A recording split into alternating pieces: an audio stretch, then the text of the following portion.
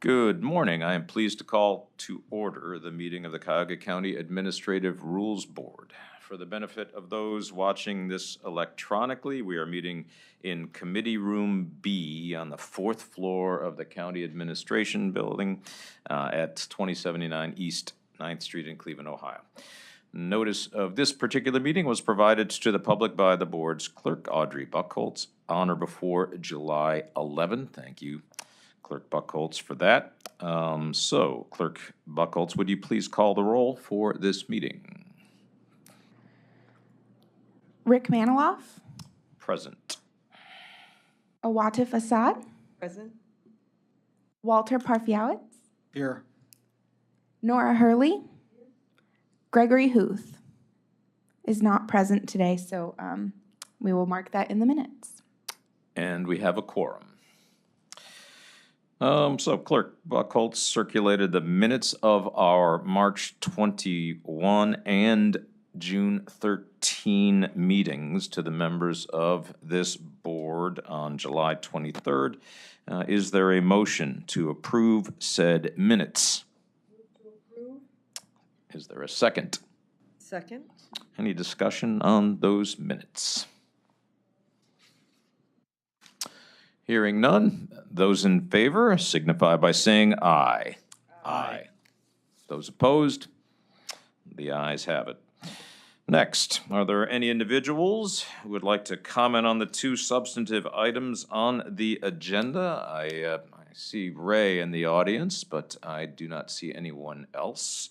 And so I think that we will dispense then with item number 4 and move on to item number 5, which is the substance of our meeting. In accordance with Section 8B of our Rules of Procedure, the substantive items on this morning's agenda are to be presented by a, quote, duly authorized representative from the requesting department, which presentation shall encompass 3 things. 1, describe the proposed rule and its impact on county operations or the general public. Number 2, state the requested action of this board, such as adoption, amendment, or rescission. And number 3, respond to any commentary submitted by a member of the public. As to the duly authorized representative from the requesting department requirement, Chief Deputy Treasurer Ray McDaniel has been designated by the Treasurer Brad Cromes as his proxy for this meeting by a letter sent to us dated on July 17.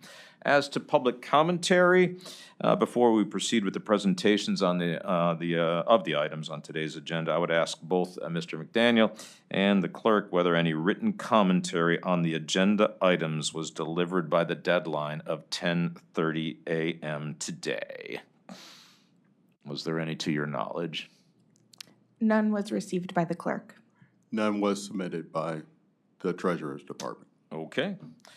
All right, thank you. Then, I guess pursuant to Section 8B of our rules, Mr. McDaniel, would you please present the proposed rule of your office entitled, quote, Policy Concerning the Acceptance of Partial Payments for Delinquent Taxes, end quote. Mr. McDaniel. Yes. The reason why we are here today is to make sure that we can implement this policy as soon as possible. The policy itself is pretty much status quo, and the goal of this particular policy is for us to collect any type of partial payments that are being applied to delinquent taxes. As the rule states, the goal is that any payments that are less than full amount of the delinquency taxes will not prevent the prosecution or the team to stop foreclosure process. What we want to do is we want to make sure that the taxpayers have the opportunity to pay their taxes and make sure that they can eradicate their delinquent taxes in a timely manner. Okay. Okay, well, thank you, Mr. McDaniel. The proposed policy is relatively brief. It's one page under Section 8C, I believe, of our Rules of Procedure. Immediately following a presentation such as the one we just heard from Mr. McDaniel, board members may ask questions of the presenter and engage in discussion about the proposed rules. So, members of the board, do you have any questions for Chief Deputy Treasurer McDaniel, or do you have any comments on the proposed rule? I do, but I would like to hear from you guys first.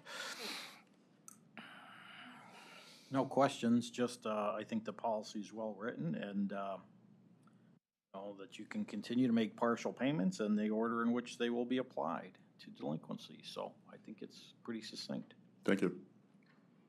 I also agree. I thought it was very short, succinct, straightforward, very well written. Okay. I have no comments. It's brief and to the Okay. All right, so I just have a few questions. I guess the first question I have relates to, Section 704.01 of the county code, which talks about DTAC fees, where it says, "This council hereby designates the additional DTAC fee in the annual amount of 5% to be applied on all collections of delinquent real property, personal property, and manufactured mobile home taxes." So I guess my question, as it relates to partial payments, is the DTAC fee deducted, the 5% fee deducted from the partial payments as they are received, because it seemed from the policy that the partial payments are going to be applied to the oldest delinquency first, is what it says, and that to me suggests that if you're delinquent, if you're behind $10,000, and penalties and interest are accruing on that $10,000, that if you pay $5,000, you're going to reduce the $10,000 down to $5,000 is the way I read the policy. But as it relates to penalties, interest, and the DTAC fee, am I reading this policy right, or are you taking some stuff off the top? Are you taking, if you get $5,000 as a partial payment, are you taking off the top any penalties first that are due and owing on the delinquent amount, interest due and owing on the delinquent amount, the 5% DTAC fee on the delinquent amount? So how's that work? Well, the way it works is that throughout the year, there are 2 periods of time where we actually collect taxes for the current, we collect payments for the current taxes. So this represents, a partial payment is just like looked at as a full payment. If the payments are to be applied to the delinquent tax, then we will take that 5% that would be applied to or allocated to the DTAC fund itself. Only on time that wouldn't happen is that if those partial payments were applied to the current taxes and during the current collections. And the reason why we would apply those payments there is because we want to make sure that we avoid any additional interest and penalties. And that is normally during the tax collection that we have twice a year. Okay, help me understand that piece of it. So there's in my example, if there are a grand total of $10,000 of delinquent taxes that I owe on my home, interest and penalties, I assume, are accruing on a day-to-day basis, right? And so I have every incentive from that perspective to reduce the penalties and interest on my delinquent taxes. But interest and penalties aren't accruing on my current taxes, at least yet. They haven't been declared to be delinquent. So why wouldn't I, in all cases, I guess, apply the $5,000 partial payment to the delinquent tax to avoid or reduce the amount of penalties and interest? I'm trying to help me understand, Sure. that provision that you say, unless the application of the amount tendered to current taxes, and this is what you said just now, would result in the taxpayer avoiding additional interest and/or penalties. That seems to apply to delinquent taxes, not to current taxes. Help me understand. So throughout the year, the taxpayers are obligated to pay their taxes. They either are in the situation where they have delinquent tax, and then they have a situation where they have to pay their current taxes. And throughout the year, 2 times throughout the year, we target those payments towards the current taxes itself. So our allocation method looks at the delinquent taxes first. So all payments that we receive that is outside the opportunity to collect on current taxes is being applied to the delinquency. So we're going to take care of the delinquency first, and then we will take care of, if there's any other payments available, we would take care of the current taxes, unless we are in the tax collection process. And the tax collection process starts or is done twice a year, in January as well as in July. So when we receive any of those payments that's coming in January and July until we get to the actual collection close, those payments will be applied to the current taxes first. So what we want to do is we want to make sure that the taxpayers have the opportunity to pay the current taxes so that they don't receive future penalties and interest. Because if that goes unpaid and it is shown as certified delinquent, then they're going to start paying interest on those current taxes. If they don't pay the current taxes by the close of the collection, they will be charged a 10% penalty 10 days after the collection. So we don't want them to get further in debt. We want to make sure that their current taxes are paid, and then we can address the delinquency Penalty. twice a year. Okay, yeah, but just to close one loop on this discussion, I still don't feel like I have a full understanding of it. If I'm delinquent in my taxes, like I said, 10 grand for last year or whatever, I've already incurred that, what did you say, 10% penalty for not paying everything on time.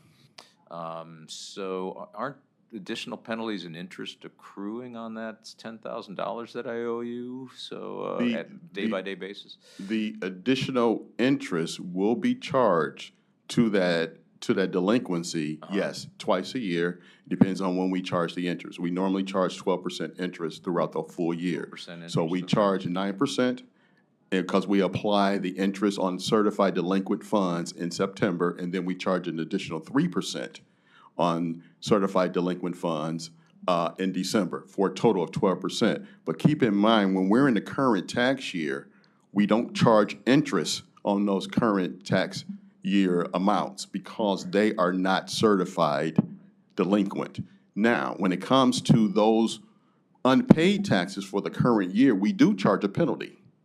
And that penalty will be charged if the taxpayer does not pay the current tax amount 10 days after the close. They have a 10-day window to pay that amount, the full amount. And if they don't pay that full amount, then we will apply a 10% penalty. Then once those funds, if they continue to go into the next year from the current year, and those funds become certified delinquent, that's when we will then charge interest on those funds. Now, also within the current year, if they don't pay that bill after the third billing, because we give them one last chance to pay that bill for the current taxes, if they don't pay it by December, they will get a 3% interest charge on those funds as well. So the payments That gets you to the 12% that you were talking about, right? for certified, Or certified? but yeah. but unpaid, it gets you only 3% Okay, okay. for the current year. I hope I'm not confusing you here. I think Mr. McDaniel has a pretty good handle on how these things work. I guess my only, comment as a result of this, this part of our discussion would be an encouragement that probably it doesn't need to be stated, but comment would be in application of this policy.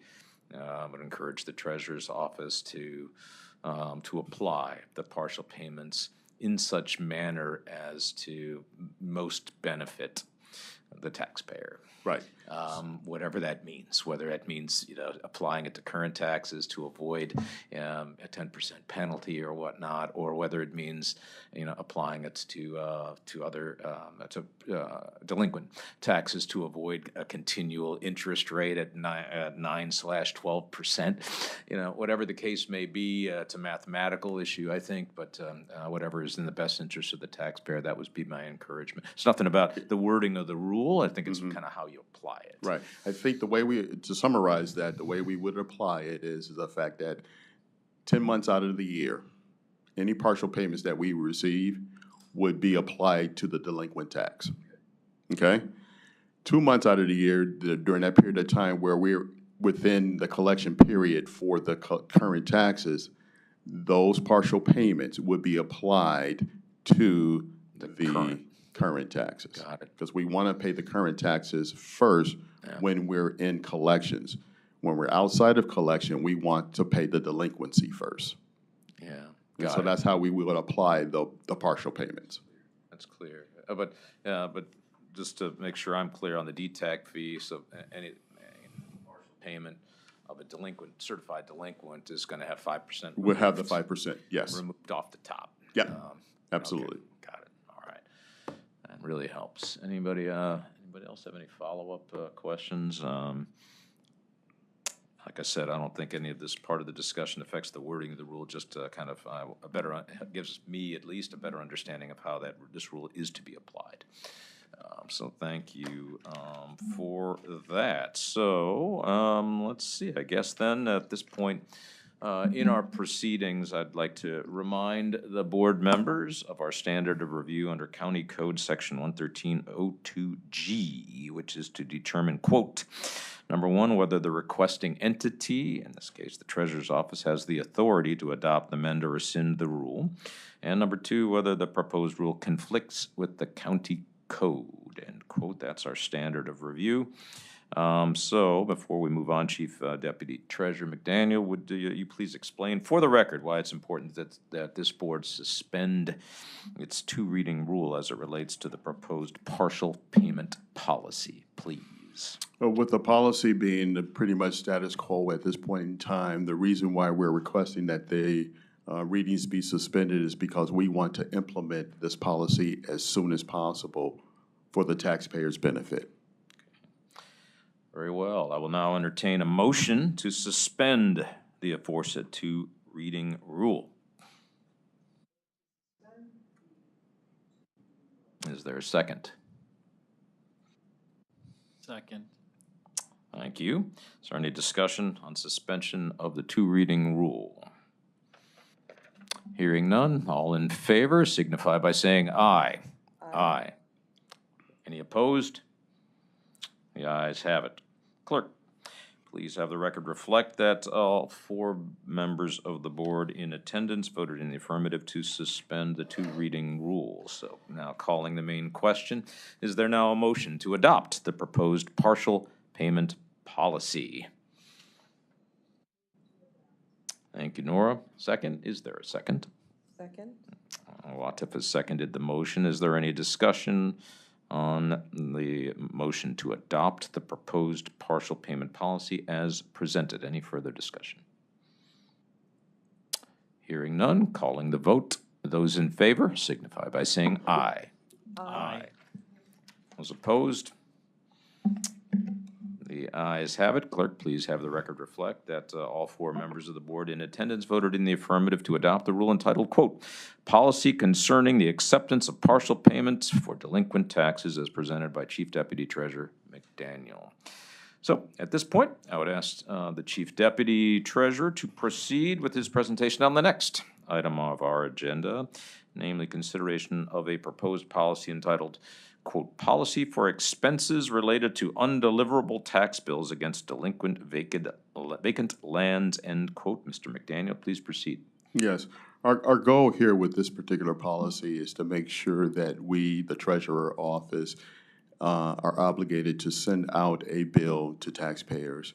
When we have a situation where the delinquent vacant property does not have a building, that means that it does not have the place to deliver the mail itself. If we don't have a forwarding address or a different address to send those bills, then they become undeliverable.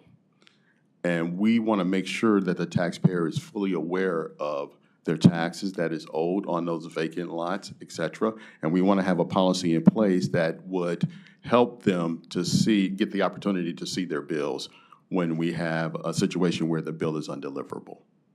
And the way we would have that is that they have the opportunity to go online or through electronic methods of actually seeing that bill when we have a vacant lot. And we have realized and understand that the attempt to deliver that bill was unsuccessful for more than a year.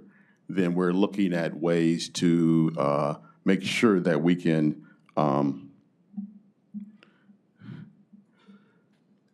create a list of all the parcels so that we can give them alternate ways of reviewing that particular tax bill.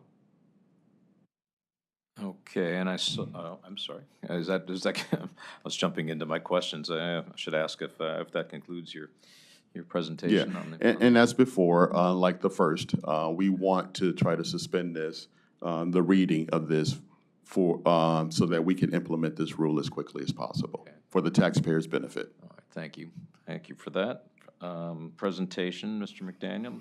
So members of the board, do you have any questions for Chief Deputy Treasurer McDaniel, or do you have any comments on the proposed rule? I have a few, but you guys first. I have a quick question.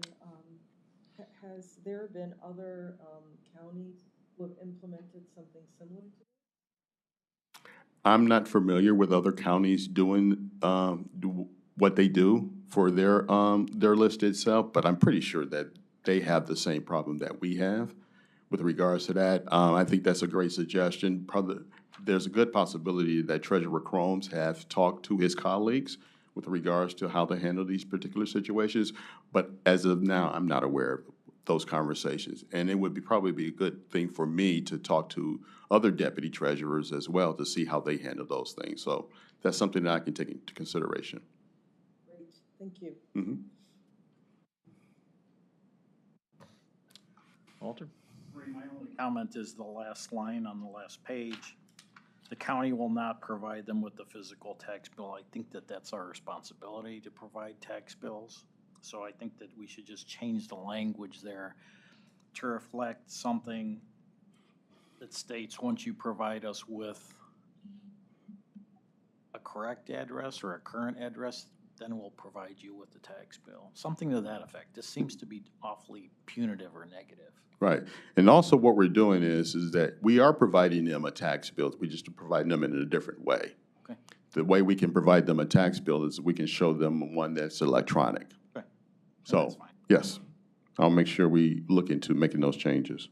And it does say that we will not provide these folks with a physical tax bill unless they meet their obligation to update their mailing address. Right. So I guess the way I interpret that is if I'm like an absentee owner of land, I live in Florida, I haven't given you my forwarding address, and I have some vacant land, and you've tried for a year to send stuff out, it comes back because there's nowhere to deliver it. It's vacant land, and I haven't given you my address in Florida to pay my tax bill.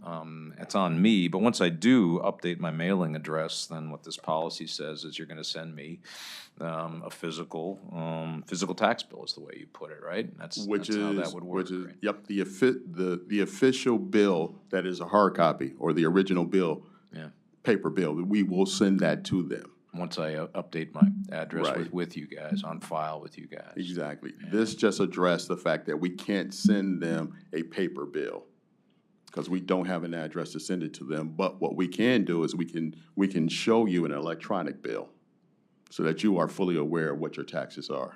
And so I'm in Florida, where do I find that? I see on it's available via the county's online payment platform, and it's also publicly available and searchable through widely used search engines.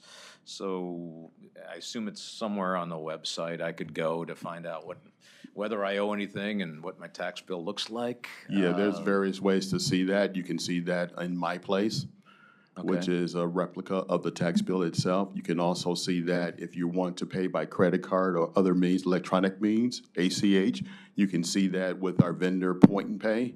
There's an actual bill presentment on the Point and Pay site that you can physically see the paper bill itself electronically.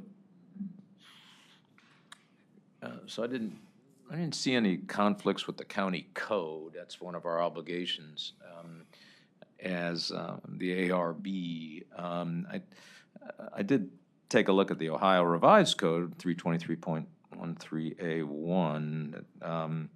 Says the county treasurer shall cause to be prepared and mailed or delivered to each person charged on such duplicate with taxes, or to an agent designated by such person, the tax bill prescribed by the Commissioner of Tax Equalization under blah, blah, blah, the revised code. So there's a statutory mandate, there's the word shall, cause to be prepared and mailed or delivered to each person charged on such, I guess, cutting to the chase, my question.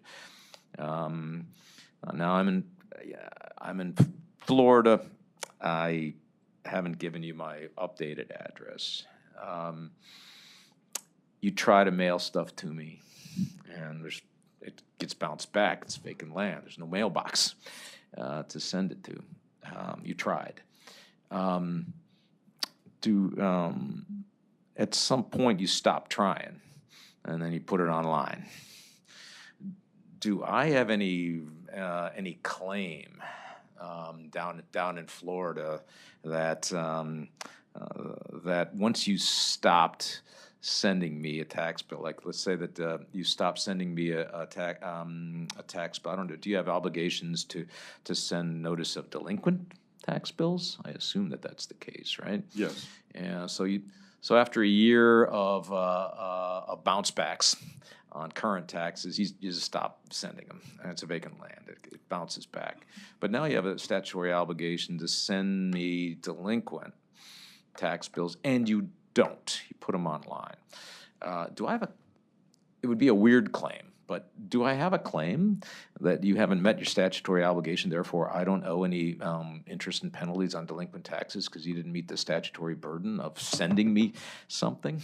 Even though I haven't given you the information, still, do you have a duty to send it, even if it bounces back? Right. What we want to do is that if the physical address is undeliverable, that means that we're not going to just stop there in trying to contact you. We're going to use other means to try to contact you so okay. that we can deliver that bill to you so that we can be compliant with the ORC. There may be situations where we may try to reach you by email or by telephone if we have that particular information itself. We will look for other ways to try to contact you to get your information. We may work with transfer and conveyance to see if they have an alternate address that we can use to get in contact with the taxpayers itself. And then we will also, through our electronic means, give you other alternatives of how you can receive that bill or view that bill, that particular bill. And if you have those other means through electronic processes, then that meets the code because we are made you aware of your particular bill itself. We will deem that to have been delivered, I guess. Delivered, yes. Mailed or delivered, I guess, is the assumption we're making here. Okay, so it sounds like we have resources that we're willing to devote to tracking people down. It's in our interest to devote those resources to that effort because they owe us money, and so we need to find them so that they can pay us money. So let's devote some resources to that in the various means that you describe, using the various means that you described.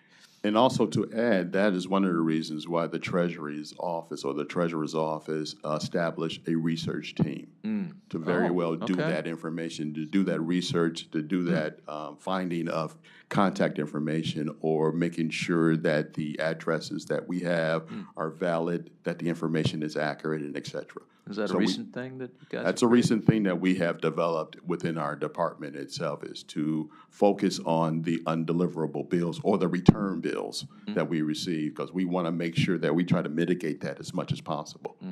We owe it to the taxpayers to send them their bills, to make sure that they are fully aware of what they owe. And we want to get that information out to them as soon as possible and as quickly as possible. Kudos on that effort. My last question relates to kind of the whole context here. You mentioned in your proposed policy in the background that you have a duty under law to manage the assets of the county in a responsible manner. So I guess my question, is more of a fact-based question, not a law-related question. But how big a problem is this? I mean, do we spend and waste a lot of money on, I don't know, postage, paper, time? Is this a big problem or a little problem? And can you ballpark it or not? I won't say it's a big problem. What I will say, it is a challenge. You're going to always run into that particular situation where there may be inaccurate information related to an address itself. There may be a lot of the information that we use when we're delivering the tax bills itself comes from the taxpayer, okay?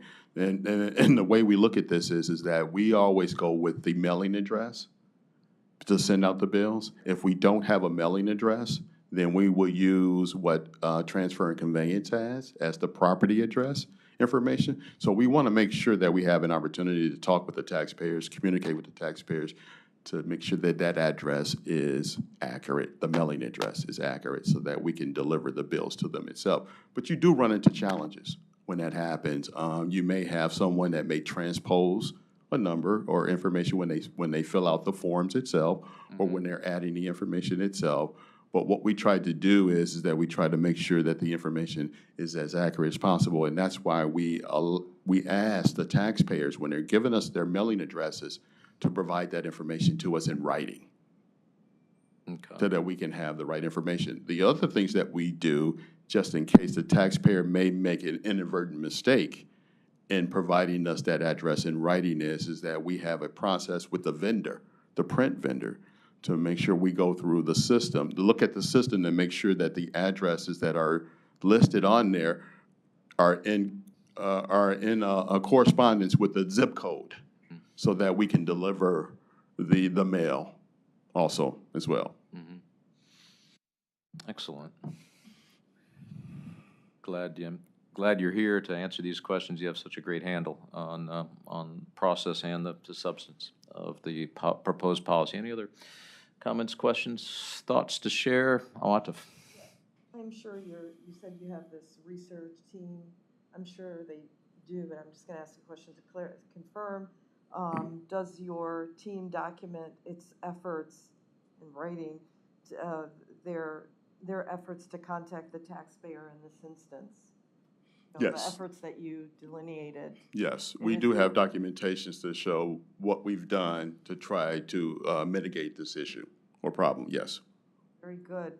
And also, is there, is there any obligation in the code on the taxpayer in this instance to provide an alternate address?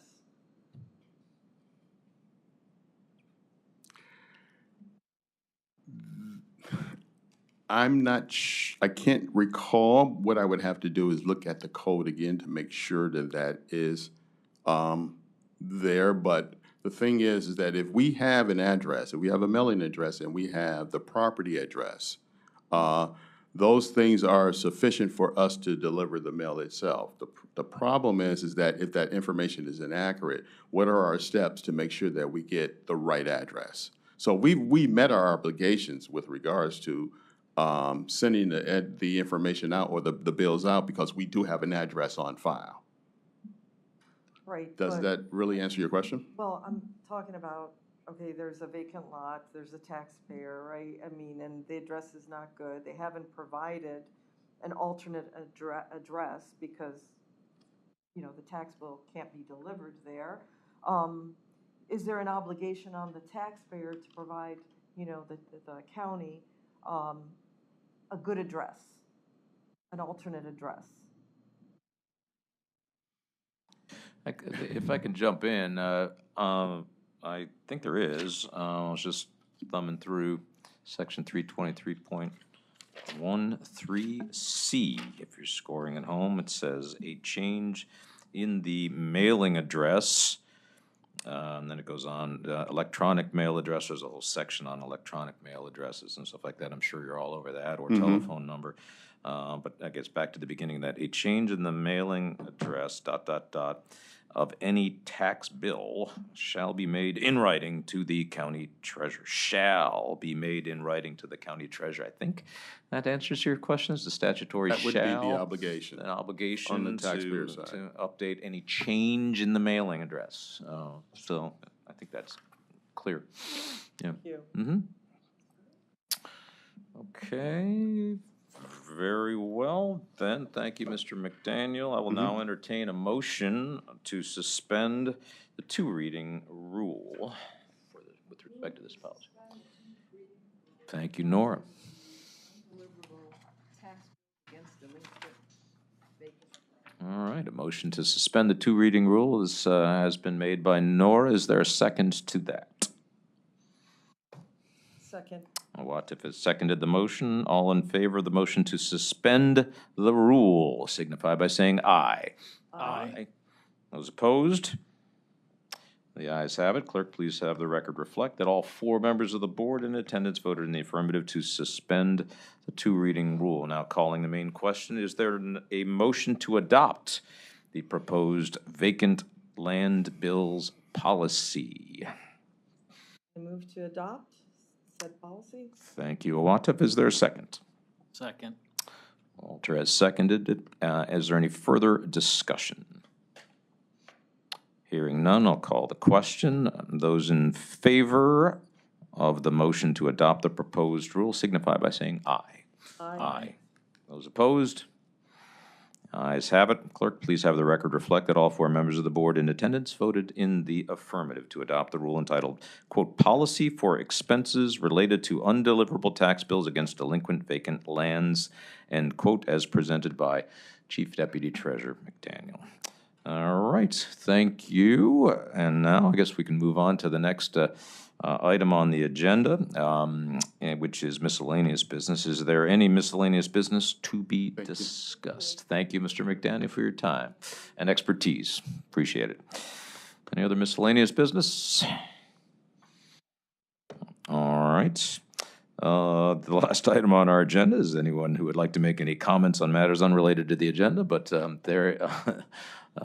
got a bunch of empty seats, so I guess we're not going to hear from any members of the public on items unrelated to the agenda, at least not at this meeting. So then, we will not meet again in 2 weeks, but rather our next meeting will be on August 22, I believe, right, Clerk Buckholz? August 22, so kindly mark that on your calendars, and the clerk will send out a reminder of that. In addition, she will send out the proposed agenda. There will be at least 2 items on the agenda, both proposed by Treasurer Cromes, and there could be others, provided that those others are submitted to the clerk prior to the August 7th, I believe it is, submittal deadline. So we will have a meeting on August 22. We will have at least 2 things to discuss. And so I guess with that, the meeting is adjourned. Thank you all for your time and attention.